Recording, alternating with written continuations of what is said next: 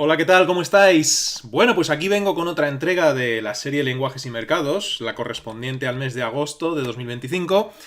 Y antes de nada, pues aquellos que me escucháis desde España, deciros que espero que estéis disfrutando de vuestras vacaciones. Agosto en España es el mes típico para que todo el mundo se vaya de vacaciones y las grandes ciudades se queden desiertas y que estéis pasando de la mejor manera posible esta ola de calor que nos obliga a tener temperaturas por encima de los 40 grados, que os estéis bañando bien en las piscinas, en el mar y en definitiva que estéis disfrutando de vuestro descanso. Aquellos que tengáis vacaciones, ¿no? Yo, bueno, me voy cogiendo días por aquí, días por allá, voy haciendo lo que puedo. Dicho esto, vamos a ver cómo está la situación de los lenguajes de programación, los mercados no tanto, porque en estos meses de verano los mercados, por lo menos aquí en España, el mercado laboral en general, ¿no? Pues está totalmente parado a la espera de que llegue el mes de septiembre, así que no creo que comente nada en este vídeo de los mercados laborales, ya lo comentaré el mes que viene, en septiembre, pero sí que voy a comentar pues la situación de los lenguajes de programación y sobre todo aquellas preguntas que me hacéis llegar a través de los comentarios, de correos electrónicos, que creo que son interesantes y positivo compartir entre todos nosotros. Así que vamos a comenzar a ver cuál es la situación de los lenguajes en agosto de 2025. Y bien, aquellos que me conocéis y que seguís esta serie de lenguajes y mercados, pues ya sabéis que yo utilizo el índice TIOBE, cuya URL, dirección, la tenéis ahí arriba. Si metéis en Google index TIOBE, enseguida os va a llevar también a esta dirección, por si no queréis escribirla.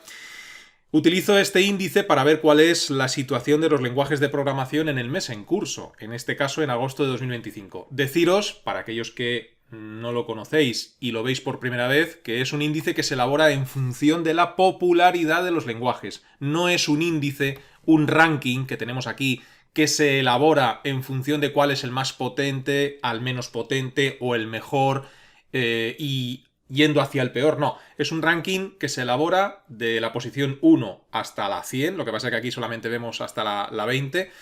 Un ranking que se elabora en función de la popularidad. ¿Cuáles son los más populares? Del lenguaje más popular en este momento, al menos. Y para ello lo que hace el índice TIOBE, que tenéis por ahí, en algún lugar anda por aquí en esta página, cómo hacen este ranking, cómo lo elaboran, pues resumidamente lo que hacen es ir a foros especializados, ir a redes sociales para ver cuáles son los lenguajes que suscitan más preguntas por parte de la comunidad de los programadores, ¿no? Si un lenguaje suscita en un foro o en una página especializada muchas consultas, muchos posts, muchos artículos, se supone que es un lenguaje popular, ¿no? Y en función de eso elaboran el ranking. También lo hacen en función de las búsquedas que se realizan en buscadores. Van a Google, van a Bing y ven cuál es el lenguaje que más se busca. Entonces, esos son los más populares. No quiere decir que sea el mejor ni el más bonito, el que está arriba, que ya os anticipo que es Python, como bien sabéis los que seguís esta serie. Todos los meses, el CEO de este ranking, Paul Janssen, hace una introducción de lo que él cree pues importante o que le apetece comentar con todos los que consultamos este índice frecuentemente, ¿no? Y en este caso, en el mes de agosto, lo que nos está diciendo Paul Janssen, o lo que quiere comentar, es la irrupción de la inteligencia artificial, de los asistentes de AI que se suelen meter o incluir con los editores y los entornos de desarrollo más populares para que nos ayuden a programar, a los que nos dedicamos a esto, ¿no? Los asistentes de inteligencia artificial. Entonces, bueno, lo que voy a hacer para poderlo leer con comodidad es en el navegador decirle que me lo traduzca, aunque ya sabéis que a veces las traducciones en este sentido son un poco como los indios, ¿no? No son del todo precisas, pero bueno, lo que nos está diciendo es que los asistentes de código de inteligencia artificial impulsan todavía más a Python, y es que resulta que Python, mira, aquí lo ha traducido como Python. Python, el lenguaje Python, desde hace ya bastante tiempo está en la posición 1 en este ranking de popularidad. Se supone que Python es el lenguaje más popular, ¿no? Y nos está diciendo que impulsan todavía más a este lenguaje. Dice, el mes pasado Python alcanzó el ranking más alto que un lenguaje de programación jamás ha tenido en el índice TIOBE.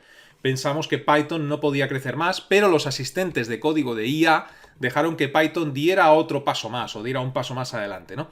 Según estudios recientes de la Universidad de Stanford, los asistentes de código de inteligencia artificial como Copilot, Cursor, Gemini de Google, etc., son un 20% más eficaces si se utilizan para lenguajes de programación populares.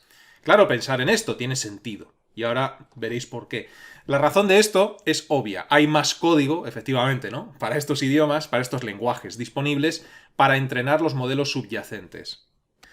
Las inteligencias artificiales lo que hacen es utilizar datos ya existentes y etiquetados para entrenarse. Cuanto más se entrena una inteligencia artificial, más precisa es después en aquello que le preguntamos. Los que estáis haciendo mi curso de Python tutorizado lo sabéis, porque tengo una sección en el curso de Python de Machine Learning en el cual vemos cómo entrenar esos datos con una inteligencia artificial para que después sea más o menos precisa, ¿no? Entonces, cuanto más datos tienen estas inteligencias artificiales para alimentarse, más precisas son. Entonces, si un lenguaje es muy popular, como por ejemplo Python, Java, César, etc., pues más datos tienen de esos lenguajes estas inteligencias para entrenarse. Es decir, una inteligencia artificial, un asistente de IA, va a ser mucho más preciso si estás programando en Python, en César, en Java, que si estás programando, por ejemplo, en Pascal, por ponerte un ejemplo. Porque tienen muchos más datos para entrenarse de Python, Java, César, que de Pascal. Esos datos están en la red. Entonces, hay más información de los lenguajes más populares que de los menos populares. Entonces, por eso son más precisas con los lenguajes que están en el top de popularidad. Y Python, claro, como está en el número 1, pues, ¿qué ocurre? Pues que estas IAs impulsan, como si fuese una especie de progresión geométrica, a Python, que es el lenguaje más popular. Es como la pescadilla que se muerde la cola, o esa bola de nieve que cae por la montaña y cada vez se va haciendo más grande y va cada vez más rápido, ¿no? Tienen las inteligencias artificiales más información de Python que de otros lenguajes, por lo tanto, cada vez son más precisas a la hora de que los programadores utilicen estas inteligencias para programar en Python, los asistentes, ¿no? Y esto, a su vez, ocasiona que el lenguaje vaya evolucionando cada vez más, ¿no? Esta tendencia es visible en el índice TIOBE, donde vemos una consolidación de los lenguajes en la parte superior. Claro, lo que estamos hablando, ¿no? Es decir, estos asistentes de IA hacen que los que están en el top 10, pues cada vez se separen un poco más de los que no están, con lo cual se van consolidando cada vez más en estas posiciones top, ¿no? Esto es como en el mundo real, que los ricos cada vez son más ricos, ¿no? Y los pobres pues cada vez son más pobres. Pues algo parecido pasa con los lenguajes de programación y las inteligencias artificiales. Y aquí dice, ¿por qué empezarías a aprender un nuevo lenguaje oscuro? Bueno, no sé si la traducción de oscuro la ha hecho bien o no. Un lenguaje quizás no popular, ¿no? Para el que no hay asistencia de IA disponible. Claro, ¿por qué vas a empezar a programar, yo qué sé, en un lenguaje de estos que están en ensamblador? Mira cómo ha traducido ensamblador aquí, lenguaje de montaje, ¿no? ¿Por qué deberías de empezar a programar en Kotlin? Bueno, es que la verdad, los que están en el top 20 siguen siendo populares. Quizás nos tendríamos que ir a un top 50, a un top 100 y preguntarte, ¿por qué empezar a programar si no tengo ni idea de programar en nada? ¿Por qué aprender con este lenguaje? Erlang, ¿no? Si no hay asistencia de IA y no es nada popular. Eso es lo que se pregunta aquí el índice TIOBE, o lo que se pregunta Paul Janssen, mejor dicho. Dice, esta es la forma moderna de decir que no quieres aprender un nuevo lenguaje que apenas está documentado y o tiene muy pocas bibliotecas que puedan ayudarte. Pues sí, lo que os decía, ¿no? La pescadilla que se muerde la cola. Voy a quitar la traducción porque me duele el ojo de ver aquí Python y cosas por el estilo. Bien. En cuanto al ranking de popularidad del índice TIOBE, pues nada que destacar respecto a meses anteriores. Incluso poco que destacar respecto al año pasado por estas fechas. Los que están en el top 5 no se mueven. El 6 no se mueve y aquí hay una ligera variación de Visual Basic, que el año pasado por estas fechas estaba el 8, sube al 7. Y aquí, pues, Go, que estaba en el 9, sube al 8. Es decir, pequeñas variaciones, ¿no? Aquí, para encontrar una variación grande, nos tenemos que ir a Perl, que el año pasado estaba en la posición 25, aquí nos indica que sube fuerte, y ahora está en la 9. Pero bueno, excepto estas variaciones, estos pequeños bailes de posición, pues poco que comentar, ¿no? Ya que tenemos aquí a los 5 magníficos, consolidados, fuertemente consolidados, Python, C++, C, Java, César, en el top 5 de este índice de popularidad.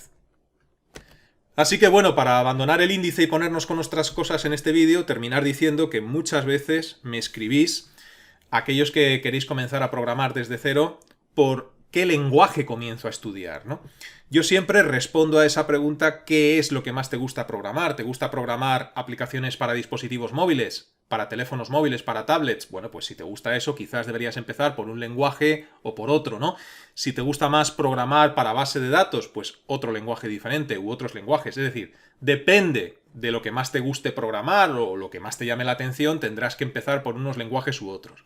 Pero es que incluso cuando doy esta respuesta hay muchas personas que me dicen, yo no tengo ni idea de nada, yo no sé ni lo que me gusta, yo solamente quiero empezar a programar. Bueno, pues en ese caso yo le diría que investigase un poco más para por lo menos saber qué le gusta, ¿no? Pero en ese caso quizás sea buena idea pues meterte en este índice de popularidad o en otros que hay por ahí, ¿no? No tiene por qué ser el índice TIOBE. Mirar qué lenguajes de programación están en la cúspide de esos índices, en la parte alta del ranking, y cualquiera de esos lenguajes puede ser buena idea. ¿Por qué? Pues porque son lenguajes muy usados, aunque algunos de ellos sean muy antiguos, como C.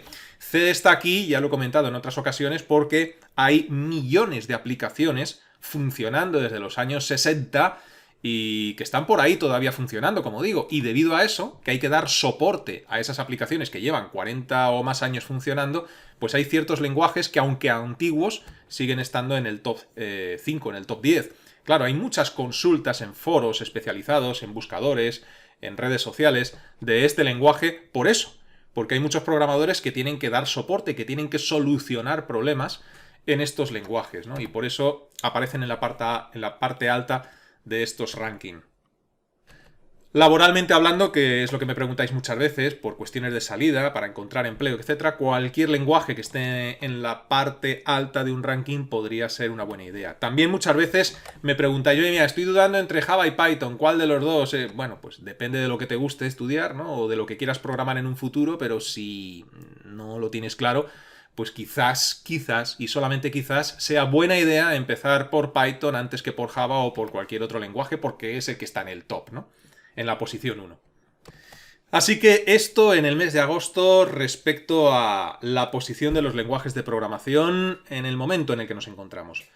Vamos ahora con aquellas preguntas que me habéis hecho y que considero importantes, interesantes, algunas reiterativas que ya me habéis hecho anteriormente, pero es que me las hacéis constantemente, ¿no? Pero bueno, yo considero que estas preguntas que os voy a poner a continuación es positivo compartirlas entre todos. Vamos a verlas.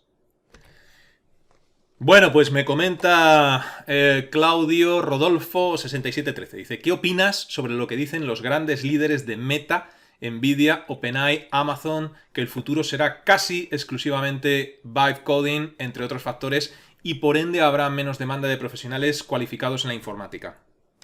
Bien, lo primero, para aquellos que no lo sepan, ¿qué es esto de vibe coding, este término? Bueno, pues es un concepto reciente, porque está relacionado con las inteligencias artificiales, entonces es más o menos reciente, en el desarrollo del software, ¿no? Y describe una forma de programar, que consiste que en lugar de escribir tú el código, pues le explicas a un asistente de inteligencia artificial, o no un asistente, directamente a una inteligencia, ¿no? Pues como ChatGPT, como Gemini o la que sea.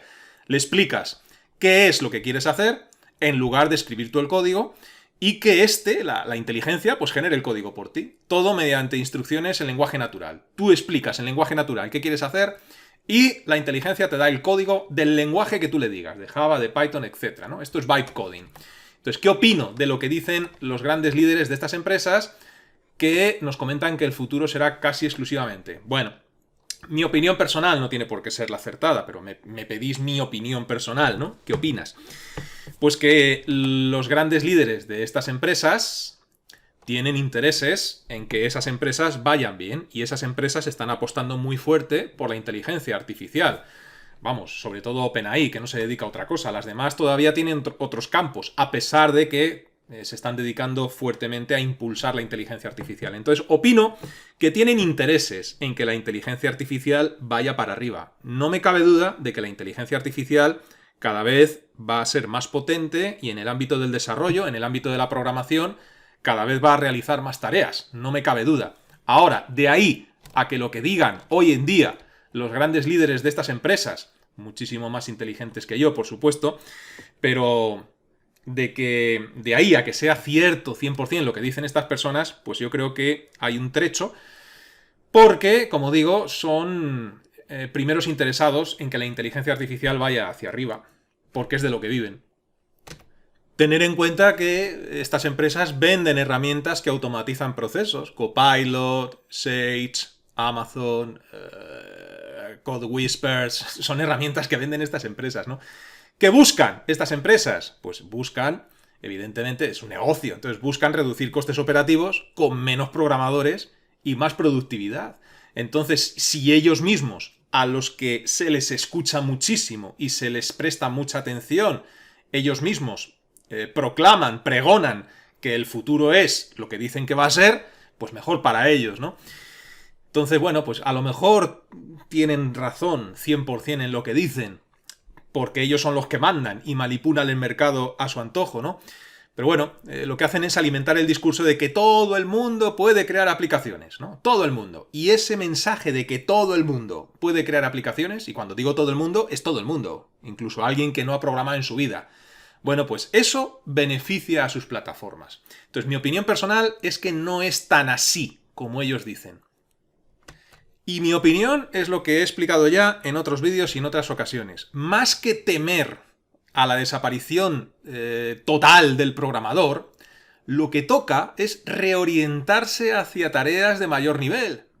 Reorientarse, readaptarse, donde la inteligencia artificial, de momento, no sustituye, sino que potencia. Por ejemplo, me refiero a aprender a trabajar con la IA, en lugar de ir contra ella, ¿no? Que muchas veces detecto en vuestros mensajes que vais contra la inteligencia artificial. No se trata de eso, se trata de una herramienta que ha venido a ayudarnos, que cada vez es más potente.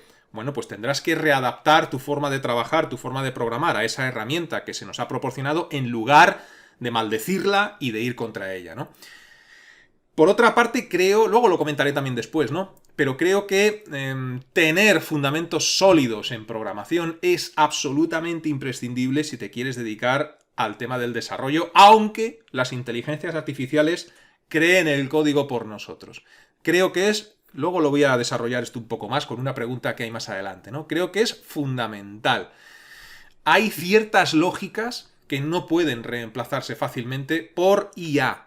A día de hoy, dentro de 6 meses, dentro de un año, dentro de 3, no lo sé. Pero a día de hoy es lo que yo veo, mi opinión.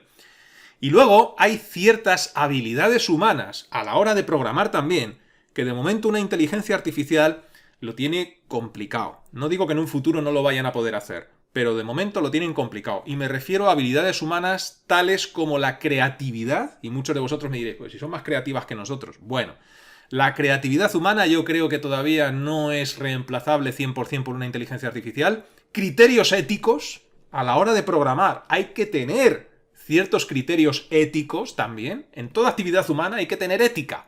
Y a la hora de programar también. Y esos criterios éticos del programador no son sustituidos todavía por la inteligencia artificial. Y algunos estarán diciendo, ¿pero qué me hablas de ética? Si esto es el código y punto. No, no es así con aplicaciones ciertamente complejas y aplicaciones que tocan sectores clave, como por ejemplo sectores de defensa, sectores de inteligencia, etc. Ojo que eso es importante. Y también cuestiones de comunicación. O sea, que aunque en un futuro tengamos a Skynet, como en la película de Terminator, dominando nuestras almas y nuestros cuerpos, todavía eso yo lo veo ciertamente lejos y creo que el programador tiene un rol dentro de este mundo que no es sustituible por la inteligencia artificial. A la vez, como ya he dicho, creo que el programador hoy en día tiene que readaptarse al trabajar con estas inteligencias, con estas herramientas. Luego lo desarrollamos un poco más, con otra pregunta. Siguiente. Dice Penta12345. Realmente me refiero al caso que comenta, lo que pasa es que lo que le pasa a ese programador es bien común. Hoy en día yo aconsejo el estudio de las arquitecturas de los lenguajes, la codificación se la dejamos a la IA. No tienes que aprender el lenguaje del detalle siendo tú un buen programador. En 2 lenguajes es suficiente para comprender el entorno de cualquier lenguaje. Creo que la concentración ahora debe centrarse en la arquitectura de los sistemas. Hoy lo importante es ser un buen ingeniero de software.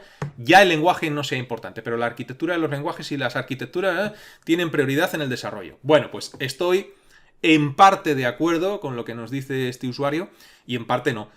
Y, ojo, insisto una vez más, que lo que yo piense no quiere decir que sea la verdad absoluta. A lo mejor tenéis razón los que comentáis, ¿no? Y yo estoy en el error. Pero digo que en este comentario en concreto, parte te doy la razón, parte no. ¿En qué te doy la razón? Te doy la razón en que hoy en día, en el desarrollo de aplicaciones de manera profesional, aplicaciones medianamente complejas, lo más importante es la arquitectura. La arquitectura tiene prioridad hoy en día. ¿Por qué? Pues porque hay herramientas que nos ayudan mucho con la codificación. Pero eso no quiere decir, y aquí viene la parte en la que no estoy de acuerdo con lo que nos dice Penta 1, 2, 3, 4, 5, que no tiene que conocer el lenguaje al detalle un buen desarrollador. Y aquí yo siempre pongo el mismo ejemplo y creo que es extrapolable este ejemplo que os voy a poner al programador y a la hora de trabajar con las inteligencias artificiales. El ejemplo que pongo es el típico contable que tenemos en un banco. Un contable que trabaja en un banco utiliza una calculadora para hacer sus cálculos. Tú vas a un banco y si quieres pedir un crédito hipotecario, quieres pedir un crédito para comprarte un coche o un crédito para cualquier cosa, tienen que calcularte pues, el interés que vas a pagar, tienen que calcularte el número de cuotas, tienen que ver si eso es viable con tus ingresos, con tu salario, y para hacer todos esos cálculos, el contable con el que hablas utiliza una calculadora. Es decir, ese contable no hace los cálculos a mano con lápiz y papel, utiliza una herramienta para que le haga de manera rápida y fiable ese cálculo. Ahora bien, no se entendería a un contable que trabaja en un banco haciendo este tipo de tareas que utilice una calculadora y si se la quitas no supiese hacer él el trabajo con lápiz y papel. No se concibe un contable que no sepa sumar con lápiz y papel, restar, multiplicar y dividir. Un buen contable se da por supuesto que sabe él hacer esas tareas, pero también se da por supuesto que va a utilizar una calculadora para realizarlas. Veo que es extrapolable y que hablamos de lo mismo cuando hablamos de un buen desarrollador, no un programador que programa como pollo sin cabeza y que está programando por su cuenta sus pequeñas aplicaciones. No, hablo de un buen programador, un programador top. Un programador top, un buen programador, va a utilizar una IA para que le genere el código del día a día, igual que el contable utiliza la calculadora para que le realice esas tareas, esas operaciones matemáticas sencillas, ¿no? O, más que sencillas, repetitivas. No lo va a hacer él con lápiz y papel. Pues un buen programador ya no va a picar el código desde cero. Va a utilizar una herramienta que se lo pica. Pero ese buen programador tiene que conocer el lenguaje al detalle. Al igual que un contable tiene que saber hacer un porcentaje o tiene que saber realizar una raíz cuadrada o una división con decimales si le quitas la calculadora. Porque si no, no será un buen contable. Pues el mismo caso encuentro con esto. Un buen programador tiene que conocer el lenguaje al detalle, el lenguaje que utiliza en su día a día para su trabajo, pero va a utilizar una herramienta que le genere el código, que para eso están. Así que mi opinión es en parte de acuerdo con que hoy lo importante verdaderamente es la arquitectura y tiene prioridad en el desarrollo, y en parte en desacuerdo en que no debe de conocer, no tiene que aprender el lenguaje al detalle. No estoy de acuerdo con ese punto. Voy a colgar dentro de poco un vídeo de algo que me pasó la semana pasada, en el cual se ve como ChatGPT en su versión de pago, que es la que yo tengo, mete la pata en una cuestión bastante sencilla en lenguaje Java. Y le hago ver a ChatGPT que ha metido la pata. Concretamente os lo anticipo ya, aunque voy a, como digo, subir un vídeo para que todo el mundo lo vea. Una consulta en la que cree ChatGPT que hay un error por declarar los campos de clase al final de la clase en vez de declararlos al principio. Porque ChatGPT cree que esos campos, al estar declarados al final, no van a ser reconocidos por ciertas instrucciones que hay en la clase simplemente por estar declarados al final. Cuando ChatGPT me dijo esto, yo le pasé el código y le digo, pues este código funciona. Yo sé que sí que pueden estar al final, ¿no? Esto lo explicaré en detalle en ese vídeo que voy a subir, ¿no? Y cuando le paso el código a ChatGPT y le digo, esto funciona, cae en el error y me dice que efectivamente funciona. Y yo le digo, entonces, ¿por qué me has dicho antes que los campos no pueden estar al final? Y él dice, ha sido un error por mi parte. ¿Qué quiero decir con esto? Bueno, pues que las inteligencias artificiales van progresando con el tiempo, pero cometen errores, y a veces errores de bulto. Y ya subiré el vídeo para que todo el mundo lo pueda ver. Errores de bulto. Entonces, si no conoces el lenguaje al detalle a día de hoy y te fías de lo que te diga una inteligencia artificial, mal vas. Mal vas. Porque la calculadora que tiene el contable del banco no falla. Las calculadoras no fallan desde hace muchos siglos. Pero las inteligencias artificiales sí. Así que ojo con esto. Siguiente pregunta. Dice el usuario Frank Camilo Rodríguez. Estaba pensando que el tema relacionado con el encapsulamiento, por lo menos en mi experiencia, es algo que se aplica muy a medias. ¿Qué sentido tiene aplicar encapsulamiento de mis atributos y crear métodos get y set sin ninguna condición? Bueno, pues ya te respondo sin leer el resto de la pregunta. El sentido que tiene es que esa aplicación probablemente la vas a mejorar y la vas a escalar en el futuro. O por lo menos, como programador, toda aquella aplicación que tú crees, debes crearla, aunque no tengas pensado en principio mejorarla, escalarla en el futuro, tienes que crearla de tal forma que tú u otro programador que venga detrás pueda mejorar esa aplicación, pueda agregarle funcionalidades en un futuro de manera sencilla. Es cierto que en aplicaciones, a veces, sobre todo aplicaciones sencillas, se crean getters y setters que no tienen ninguna condición en su interior. Y el programador novel se pregunta, ¿y por qué hacer esto? Si no estás condicionando nada, ¿por qué no darle valor al campo de clase directamente sin crear el get o el set, sobre todo el set? ¿Por qué no darle valor directamente si no hay condición en el get, en el set? Es complicar el código. Sí, es complicar el código ahora, pero las aplicaciones en programación deben crearse siempre pensando que en un futuro se van a mejorar, se van a extender. Y en ese caso, el get y el set es fundamental. Por eso se hace así. Y efectivamente, como dices al final de tu comentario, es una costumbre, y es una sana costumbre hacerlo así, crear un get y un set que no tenga condicionamiento ninguno en su interior. Pero en un futuro, si esa aplicación se va a escalar, bueno, pues es fundamental que tenga get y set. Puedes decirme, es que es una aplicación para mí. Bueno, si es una aplicación para ti y que solamente la vas a manejar tú, entonces no crees el get y el set, si sabes que no lo vas a necesitar. Pero si trabajas en una empresa y estás creando una aplicación en una empresa, o estás trabajando con un equipo de programación, hay más programadores además de ti, el crear get y set es fundamental, por lo que os he dicho, porque esa aplicación, quién sabe si en un futuro alguien diferente de ti va a trabajar en ella y tiene que agregar alguna funcionalidad, o quién sabe si tú mismo, el año que viene, esa empresa para la que creaste la aplicación te va a decir, y además esto siempre ocurre, esta aplicación que creaste en su día, agrégale esto o modifícame esto otro, y en ese caso el get y el set son imprescindibles. De ahí que sí tenga completamente sentido aplicar el encapsulamiento siempre. Y ya no te hablo de problemas de seguridad, ¿no? Pero es por esto. Siguiente pregunta. Personalmente y después de más de 35 años, que se olviden de la programación. En breve la IA realizará la mayoría de las funciones que se necesiten. Por suerte ya estaré jubilado. Ya la he usado en multitud de ocasiones para que me realice programaciones concretas y en general estamos en los inicios de la IA. Ha funcionado bastante bien. Por eso el futuro, 10-20 años, no creo que pase por la programación como hasta ahora, es mi opinión. Otra cosa es que se abran nuevas oportunidades, pero a día de hoy el futuro de la programación entendida como entrada de código creo que tiene los días contados. Otra cosa es el proceso de análisis y diseño estructural del proyecto. Ahí sí puede existir todavía futuro, pero este es independientemente del lenguaje que se use. Estoy de acuerdo en líneas generales con este comentario, estoy de acuerdo. Excepto por un matiz, Dices aquí, ¿dónde estaba esto?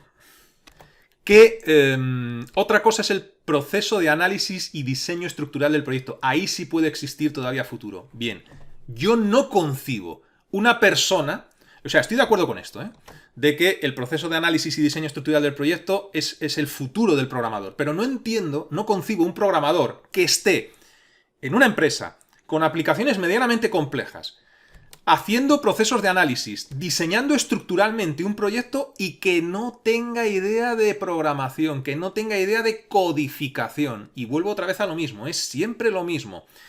No se va a necesitar programar en tu tarea diaria, pero eso no quiere decir que debas conocer el lenguaje.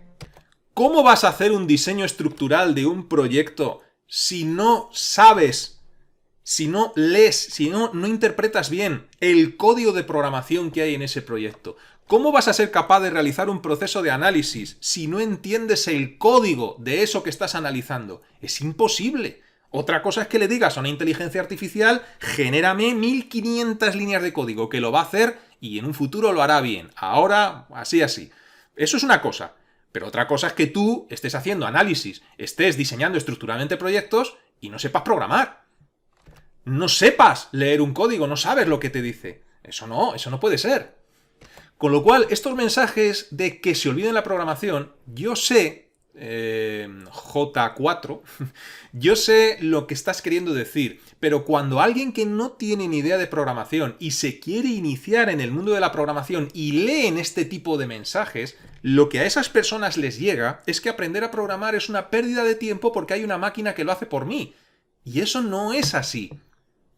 Y no lo digo porque mi negocio sea vender cursos, no lo digo por eso, lo digo porque lo creo realmente.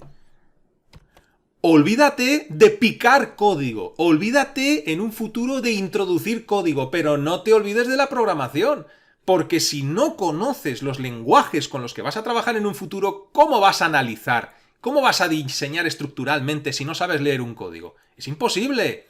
Es como, vuelvo otra vez a lo mismo, el contable del banco que está manejando su calculadora y con la calculadora te hace porcentajes, te hace raíces cuadradas, te calcula intereses, te calcula cuotas para pagar un crédito. ¿Cómo va a hacer eso si no sabe sumar, restar, multiplicar y dividir? Básicamente. Es imposible. No lo puede hacer. Otra cosa es que utilice herramientas que le facilitan enormemente el trabajo y le corrigen errores que como humano puede tener. Eso es una cosa, pero otra cosa es decirle a ese contable, olvídate de aprender a sumar, olvídate de aprender a restar porque hay una calculadora que lo va a hacer por ti. No, señor, no podemos decir, olvidémonos de la programación. El trabajo del programador, en un futuro, esto es una opinión mía, a medio, largo plazo, a medio plazo, el trabajo del programador no va a tener nada que ver con lo que se hace hoy en el ámbito del desarrollo, porque las inteligencias artificiales están progresando de una manera brutal. Entonces, el programador va a tener que reciclarse, igual que hoy en día la persona que trabaja en el campo, recogiendo las cebollas y las zanahorias y las patatas, no lo hace, vamos, no tiene nada que ver a cómo se hacía hace 100 años. Hace 100 años esa persona tenía que doblar la espalda, sudar debajo del sol para recoger uno a uno esas patatas, esas zanahorias y esas cebollas. Hoy en día tienen un tractor con su aire acondicionado y lo que tiene que saber hacer esa persona es conducir el tractor. En ese sentido, sí que va a cambiar el trabajo totalmente, ¿no? Igual que ocurrió con el agricultor. Pero a ese agricultor no le puedes decir, olvídate de cultivar patatas, olvídate de cultivar cebolla. No, porque es su trabajo. Esa persona tiene que saber cómo se cultiva una cebolla, en qué momento lo tiene que hacer, cuándo hay que recogerla y luego utilizará herramientas que le facilitan el trabajo. Espero estar explicándome. Comentas aquí, para terminar, el futuro a 10-20 años no creo que pase por la programación. Sí, lo que pasa es que la programación no va a ser picar código, pero sí que pasa por la programación. Otra cosa es que las tareas pesadas en la programación las haga una máquina llamada inteligencia artificial, como la quieras llamar, ¿no? Tus tareas pesadas, tus tareas repetitivas, que hoy en día las haces tú, cada vez menos, pero las haces tú. Pero otra cosa muy diferente es decir que no pasa el futuro por la programación. Lo mismo no, es decir, una persona que no tenga ni idea de programar, lee esta frase y dice, pues yo ya sé que no me voy a dedicar a la programación porque no tiene futuro, porque hay una máquina que lo va a hacer por mí. Va a transformar la programación. Pero la programación, el trabajo de programador, de desarrollador, a pesar de que va a ser muy diferente a lo que es hoy, va a ser necesario. Igual que el agricultor trabaja de una forma muy diferente a como lo hacía hace 100 años, el agricultor tiene que seguir ahí. Otra cosa también, antes, me imagino, estoy hablando aquí de agricultura como si fuese experto y no tengo mucha idea. Antes, para recoger las patatas que había en un terreno de determinadas dimensiones, a lo mejor necesitabas a 15 agricultores trabajando 8 horas al día. Y ahora, con un agricultor manejando un tractor, en 20 minutos te lo ha recogido todo. Bueno, pues igual en el ámbito del desarrollo, pero el programador sigue siendo necesario. ¿Quiénes van a sobrevivir? Los que se adapten y los más brillantes, como ha ocurrido siempre con la irrupción de nuevas tecnologías. En todos los ámbitos. Los más brillantes y los mejores sobreviven, los que se adaptan. Los que no se adaptan y no son tan brillantes, pues las máquinas les sustituyen. Pero eso, de ahí a eso, a que te olvides de programar y que no pasa por la programación, no estoy de acuerdo en eso. En el resto sí. Es decir, tu visión de hacia dónde van las cosas es, en mi opinión, coincide con la mía, vamos, es acertado. Siguiente, aquí una persona contacta conmigo por correo electrónico y esto me dice que, sobre todo lo he incluido por esto. A la hora de ver por dónde empiezo en un proyecto más o menos serio, me tranco. No sé si comenzar por el back o por el front o por dónde. Es una pregunta muy habitual y que ya he respondido también en algún que otro vídeo. A ver, primero de nada, el programar es como toda actividad en la vida, ¿no? Es decir, cuando estás aprendiendo a hacer cualquier actividad, pues te resulta difícil. Yo aquí siempre, ante este tipo de pregunta que me hacéis, o de inquietud, como lo queráis llamar, pongo el mismo ejemplo. Cuando tú estás cuando estás aprendiendo a conducir, a manejar un carro, como dicen en Latinoamérica, ¿no? Pues la primera vez o primeras veces que te sientas detrás del volante, todo te viene grande. A pesar de que te han explicado para qué sirve el volante, para qué sirve el acelerador, para qué sirve la caja manual, para qué sirven los intermitentes, todo te lo han explicado, pero cuando te sientas por primera vez, por segunda vez, por tercera vez detrás de un volante, todo te viene grande y aquello que te han explicado es como si no sirviese de mucho. ¿Por qué? Pues porque necesitas práctica. Otro ejemplo que pongo, a la hora de aprender un idioma. A la hora de aprender un idioma, a ti te explican, por ejemplo, a la hora de aprender inglés, para los que hablamos castellano, te explican los verbos irregulares, te los hacen memorizar, los verbos regulares, te explican la sintaxis de ese idioma, del inglés, cómo se construyen las frases, todo te lo explican. Tú vas haciendo exámenes y los vas aprobando todos. Y de repente, después de haber aprobado un curso en una academia o lo que sea, y has aprobado todo bien, cogen y te sueltan en el centro de Londres para que te comuniques con las personas en inglés. ¿Qué suele ocurrir? Que ni les entiendes ni te entienden ellos a ti, a pesar de que has aprobado tu curso de inglés en la academia en la que lo hayas hecho. Es decir, parece que lo vas haciendo todo o lo vas entendiendo todo bien, pero a la hora de poner en práctica esos conocimientos que han validado aprobándote un examen, pues parece que no te sirven de nada. ¿Cuándo aprendes tú inglés con soltura? Cuando llevas 8 meses hablando solamente en inglés y peleándote con personas que hablan en inglés. Al principio ni les entiendes ni te entienden. Con el tiempo, poco a poco, a base de practicar el inglés 24 horas al día con gente que habla inglés, terminas hablando inglés con soltura. Pues esto es igual. Yo en un curso te puedo enseñar la sintaxis de un lenguaje, te puedo enseñar los paradigmas de la programación orientada a objetos, cómo funciona un bucle, un condicional, pero hasta que no te pongas tú muchas veces durante mucho tiempo con el código a solas, no vas a aprender a programar, porque esto es así con cualquier actividad en la vida. Entonces, por eso te trancas, porque necesitas práctica, mucha más de la que llevas hasta ahora.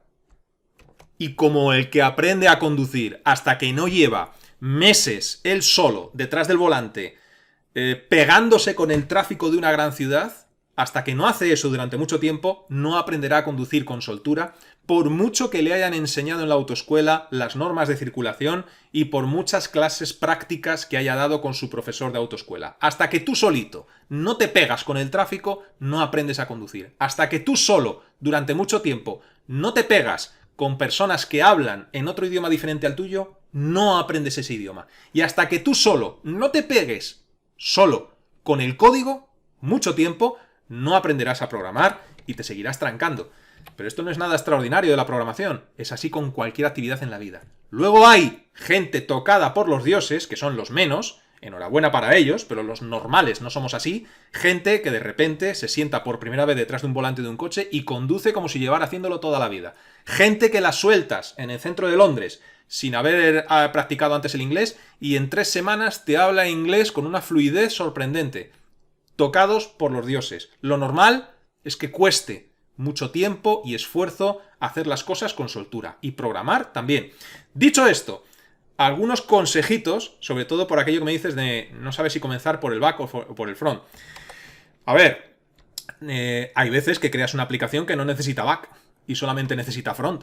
En ese caso, pues tendrás que empezar por el front. Pero imagínate que estás creando una aplicación que tiene back y front. ¿Por dónde empezar? Algunos tips, algunos consejos que te podría dar. Lo primero es definir el objetivo mínimo. Es decir, puedes escribir en una sola frase qué debe hacer tu aplicación. Por ejemplo, yo qué sé, gestionar una lista de tareas con opción de marcar como completadas. Por ejemplo, se me acaba de ocurrir a bote pronto. Eso sería lo primero, definir el objetivo mínimo de lo que tiene que hacer tu aplicación como primer paso.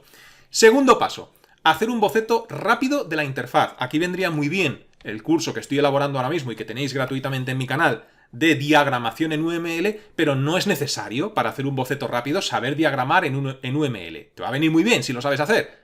Si lo sabes hacer es un plus, pero no es necesario siquiera. Cuando digo hacer un boceto rápido de la interfaz, Me refiero a dibujar las pantallas, dibujar con lápiz y papel, las pantallas y los elementos principales. Y esto te va a dar una visión clara de lo que vas a construir. Ese sería el segundo paso que te recomiendo.